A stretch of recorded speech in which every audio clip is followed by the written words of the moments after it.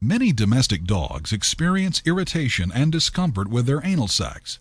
This condition, though relatively simple, can lead the pet and even the pet owner through misery. In the next few minutes, we will try to explore exactly what are anal glands and how they cause problems for our dogs. We will also look at the symptoms of full anal glands and show how your veterinarian can help with solutions to this annoying problem. Let's begin with the anatomy of an anal gland. Dogs have anal glands positioned on either side of the anus, just below the surface. These glands, sometimes called anal sacs, produce a thick brown liquid with a very foul odor. When functioning normally, these sacs will express their contents onto the feces with each bowel movement. This secretion on the feces is believed to serve as a means of marking territory.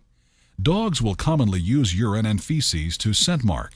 A dog will often sniff another dog's feces, probably with the purpose of identifying who has been in their yard or in their territory.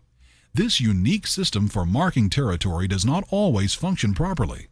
Occasionally, the small ducts which drain the anal sacs become clogged with this thick secretion. When this occurs, the anal gland becomes enlarged and uncomfortable. Dogs will attempt to relieve this discomfort by scooting their rear quarters against the ground or by biting and chewing at that area. Scooting has often been misinterpreted to mean a dog has worms. Though this may be true in some cases, more often than not, it is associated with full anal glands. When you notice these symptoms occurring, especially if they have persisted for several days, it is important to seek medical assistance for your pet. Your veterinarian or the trained veterinary staff will be able to assist your pet in releasing the accumulated pressure in these glands. This is most often performed through a quick procedure of gently squeezing the gland while performing an internal rectal exam. Expressing these glands will release the smelly contents of the anal sacs. Though efforts are made to clean and freshen the area, you may elect to bathe your pet after this procedure. Your groomer may also be trained to perform an anal gland expression and may do this routinely during your pet's grooming.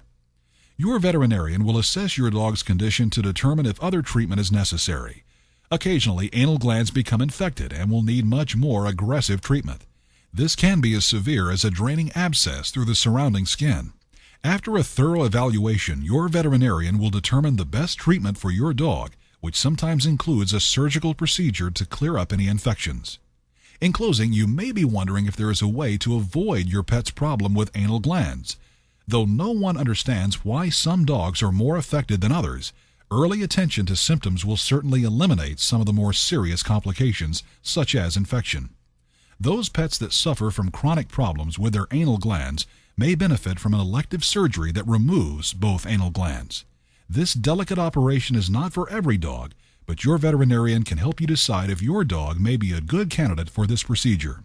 As you understand this problem a little more clearly, hopefully you will be able to utilize this information for your dog's health and happiness.